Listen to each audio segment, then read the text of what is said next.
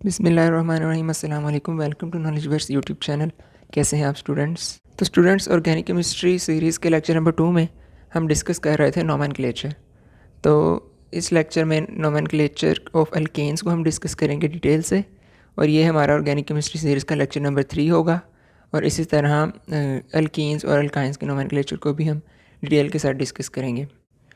तो अल्केन्स के जो नोमेनक्लेचर है उसके लिए हमारे पास 8 IUPAC रूल्स हैं। तो उन सब रूल्स को हम विद एग्जांपल डिस्कस करते हैं। ये सब रूल्स जो हैं ये टेक्स्ट बुक के अंदर लिखे हुए हैं। तो रूल नंबर 1 जो है वो ये है कि locate the longest chain of carbon atoms.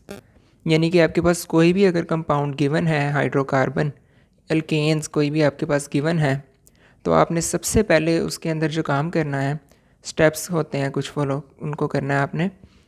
तो सबसे पहला स्टेप ये है कि आपने लॉन्गेस्ट चेन कार्बन एटम्स की, यानी वो चेन जो सबसे लंबी हो और कार्बन एटम्स की चेन हो, उसको आपने सबसे पहले सिलेक्ट कर लेना है। और वही जो चेन होगी वो उस हाइड्रोकार्बन का पेरेंट नेम होगा। यानी कि जितने उसके अंदर कार्बन एटम्स आएंगे उस लॉन्गेस्ट चेन जो आपने सिलेक्ट की है उसके मुताबिक जो है वो पेरेंट नेम होगा। तो मिसाल के तौर पे हम नीचे एग्जांपल में देखते हैं कि ये हमारे पास एक कंपाउंड लिखा हुआ है। तो सबसे पहले हम इसके अंदर जब लॉन्गेस्ट चेन को लोकेट करेंगे तो इसमें हम कार्बन के एटम्स जो हैं उनके नंबर गिनेंगे। तो ये वाली जो चेन है इसके अंदर हमारे पास आते हैं 6 कार्बन एटम्स। ये भी एक चेन बनती है हमारे पास, और यहाँ से आके ये भी एक चेन बनती है हमारे पास। तो दोनों में सेम ही आ रहे हैं। तो आप जो हैं हम ये वाली चेन को सिलेक्ट करेंगे। ये हमारे पास लॉन्गेस्ट चेन जो है वो सिलेक्ट हो गई है।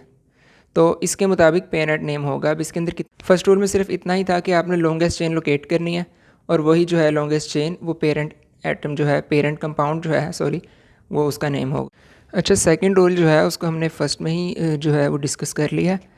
रूल नंबर 2 जो है वो ये है कि नंबरिंग करनी है लॉन्गेस्ट चेन की। अब लॉन्गेस्ट चेन जो है वो हमने सिलेक्ट कर ली एक मरतबा। अब जब हमने नंबरिंग करनी है 1 2 3 4 5 6, तो जो लोएस्ट नंबर होगा वो हम देंगे सब्स्टिट्यूएंट को रूल नंबर 2 के मुताबिक। यानी कि अभी हमारे पास ये जो मिथाइल ग्रुप एक सब्स्टिट्यूएंट लगा हुआ है, इसको हमने लोएस्ट नंबर दिया, तो गिनती वहाँ से स्टार्ट करनी है हमने जहाँ से जो सब्स्टिट्यूएंट है उसको कम से कम नंबर मिले। अगर तो हम यहाँ से करते तो इस सब्स्टिट्यूएंट को नंबर मिलना था 5। अब यहाँ से हमने किया तो यहाँ से इसको मिला है 2। तो हमने लोएस्ट नंबर देते हुए नंबरिंग करनी है उस तरफ से, उस डायरेक्शन में। अच्छा, तो रूल नंबर 3 जो है उसमें हमने क्या करना है कि हमने नंबर को यूज़ करते हुए सब्स्टिट्यूएंट की को लोकेट करना है चेन, लॉन्गेस्ट चेन के ऊपर, और उस नंबर को भी हमने नेम के अंदर लिखना है ताकि उससे हमें पता चले कि कौन से नंबर ऑफ़ कार्बन एटम पे जो है वो हमारा सब्स्टिट्यूएंट लगा हुआ है। और दूसरा रूल नंबर 3 में ये बात है कि जो पेरेंट नेम होगा चेन का वो सबसे एंड पे लिखेंगे, और जो सब्स्टिट्यूएंट का नाम होगा वो हम शुरू में लिखेंगे, और उससे भी पहले हम उसकी पोजीशन को बताएंगे। तो इस चेन को, इस कंपाउंड को अगर हम नाम दें तो इसके अंदर सबसे पहले तो हम पेरेंट नेम का नाम लिखेंगे जो कि है 6 कार्बन वाला, और सिंगल बॉन्ड है यानी अल्केन्स है, तो यहाँ पे लिखेंगे हम हेक्सेन। अब इससे पीछे आएगा सब्स्टिट्यूएंट का नाम। तो सब्स्टिट्यूएंट जो है हमारे पास वो सिर्फ 1 कार्बन वाला है, तो 1 कार्बन वाले को हम बोलते हैं मिथाइल। तो ये मिथाइल हेक्सेन है। अब ये जो मिथाइल है, जो सब्स्टिट्यूएंट है, इसकी लोकेशन कहाँ पे है? इसकी लोकेशन है कार्बन नंबर 2 के ऊपर। तो हम शुरू के अंदर लिखेंगे 2 इस तरह से, और साथ में एक हाइफन लगा के इसके साथ मिला देंगे 2 मिथाइल हेक्सेन। यानी कि हेक्सेन जो है वो पेरेंट कंपाउंड है, और जो मिथाइल है वो इसके ऊपर सब्स्टिट्यूएंट लगा हुआ है कार्बन नंबर 2 के ऊपर। नंबर 4 जो है वो एक से ज़्यादा सब्स्टिट्यूएंट्स के लिए। तो अगर तो किसी चेन की, लॉन्गेस्ट चेन के ऊपर 2 या 2 से ज़्यादा सब्स्टिट्यूएंट्स लगे हों तो उनको हम उनके मतलब कोरेस्पोंडिंग लोकेशन के मुताबिक नंबर देते हैं। मिसाल के तौर पे हम यहाँ पे एग्जांपल देखते हैं। ये हमारे पास एक कंपाउंड है, तो इसकी हम सबसे पहले लॉन्गेस्ट चेन फाइंड करेंगे रूल नंबर 1 के मुताबिक। तो जिसके अंदर ज़्यादा से ज़्यादा कार्बन एटम्स आ रहे हों तो वो हमारे पास ये वाली चेन बनती है। जिसके अंदर 6 कार्बन आते हैं। तो ज़रूरी नहीं है कि जो आपकी लॉन्गेस्ट चेन है वो बिल्कुल स्ट्रेट ही है तो यही लॉन्गेस्ट चेन होगी। आपने देखना है कि जहाँ पे ज़्यादा से ज़्यादा एक चेन के अंदर कार्बन नंबर आ रहे हैं तो वो लॉन्गेस्ट होगी। मिसाल के तौर पे इसकी लॉन्गेस्ट चेन यहाँ से इस तरह ये भी हो सकती थी, लेकिन इसमें भी कार्बन के जो नंबर थे वो 6 ही थे और इसमें भी 6 हैं, तो दोनों में से कोई भी सिलेक्ट कर लें, एक ही बात है। तो इसका जब हम नंबरिंग करेंगे, अब नंबरिंग इसके अंदर बड़ी इंपॉर्टेंट है, 2 या 2 से ज़्यादा सब्स्टिट्यूएंट्स के अंदर। तो हम इसकी अगर नंबरिंग करते हैं यहाँ से 1 2 3 4 5 6। अब ये जो दोनों सब्स्टिट्यूएंट्स हैं, एक सब्स्टिट्यूएंट को हमें नंबर मिला 3 और दूसरे को मिला 5, लेकिन अगर हम इस तरफ से काउंटिंग करें 1 2 3 4 5 6, तो यहाँ से जब हमने किया तो हमारे पास आई 5 और 3, यहाँ से जब हमने किया तो आई हमारे पास 2 और 4। अब इसमें से आपने कौन सा वाला जो है वो चूज़ करना है। तो हमने पहले भी बात की कि जो लोवेस्ट नंबर है वो सब्स्टिट्यूएंट्स को हमने देना है। पूरे नोमेनक्लेचर में आपने बात याद रखनी है कि हमने लोवेस्ट नंबर को ही प्रायोरिटी देनी है। तो यहाँ पर तो इस वाले कंपाउंड में भी हम जो है वो लोवेस्ट नंबर को प्रायोरिटी देंगे, यानी 2 और 4 वाली लोकेशंस को प्रायोरिटी देंगे। तो अब इसका अगर हम नाम लिखें तो पेरेंट नेम जो है वो हमारे पास आ जाएगा हेक्सेन, और 2 ब्रांचेस हैं हमारे पास, एक नंबर 2 पे और एक नंबर 4 पे। तो यहाँ पर हम लिखेंगे, सबसे पहले हम लिखेंगे इथाइल, 4 इथाइल, यहाँ पे हाइफन और कोमे के साथ 2 मिथाइल। अच्छा, हमने यहाँ से नंबरिंग शुरू की तो हमने मिथाइल को बाद में लिखा और इथाइल को पहले लिखा। तो इसका ये आप समझ लें कि आपने अल्फ़ाबेटिकल ऑर्डर को फॉलो करना है, यानी अल्फ़ाबेट्स में जो ई है वो पहले आता है और जो एम है वो बाद में आता है। तो इथाइल की लोकेशन हमने पहले बता दी और मिथाइल की बाद में बताई, और साथ में पेरेंट नेम। तो इस तरह से रूल नंबर 4 को हमने फॉलो किया।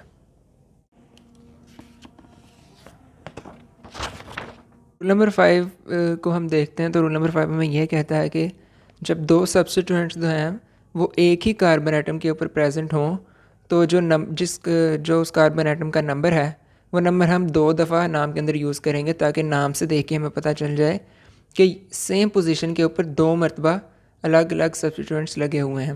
मिसाल के तौर पे इस कंपाउंड को अगर हम नाम दें तो इसमें सबसे पहले जो लॉन्गेस्ट चेन है ये वाली 6 कार्बन, इसके अंदर सबसे पहले तो हम सब्स्टिट्यूएंट्स को लोएस्ट नंबर देंगे और नंबरिंग करेंगे 1 2 3 4 5 6। पेरेंट नेम जो हो गया वो हो गया हेक्सेन,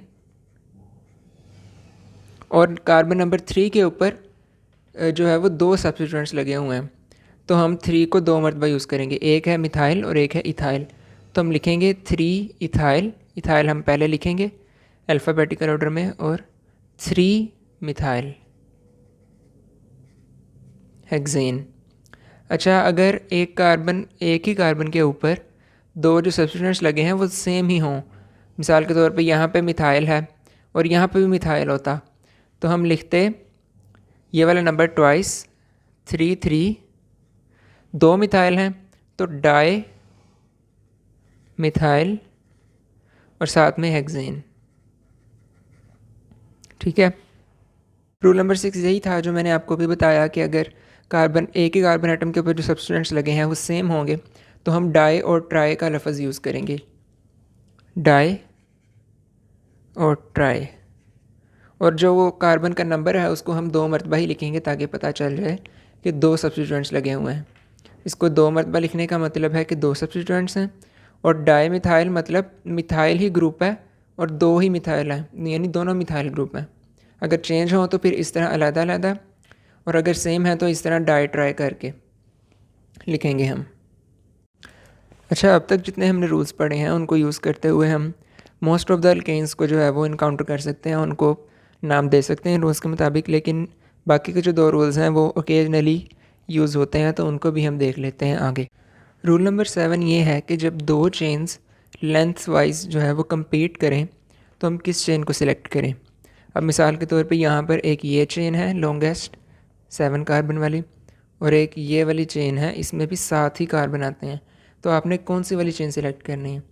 तो रूल नंबर 7 के मुताबिक हम वो वाली चेन को सिलेक्ट करेंगे जिसके ऊपर ज़्यादा से ज़्यादा ब्रांचेस लगी होंगी। तो इसके मुताबिक हम ये वाली चेन सिलेक्ट करेंगे, इसके ऊपर जो नंबर ऑफ़ ब्रांचेस हैं वो 4 हैं, 1 2 3 4। लेकिन अगर हम ये वाली चेन सिलेक्ट करें, ये भी 7 कार्बन है, तो इसके ऊपर सिर्फ़ और सिर्फ 2 ब्रांचेस आएंगी, एक ये और एक ये वाली ब्रांच पूरी। तो हमने वो वाली चेन सेलेक्ट करनी जिसके ऊपर ज़्यादा से ज़्यादा नंबर ऑफ़ ब्रांचेस आ रही हों। तो अब इसको हम नाम देंगे।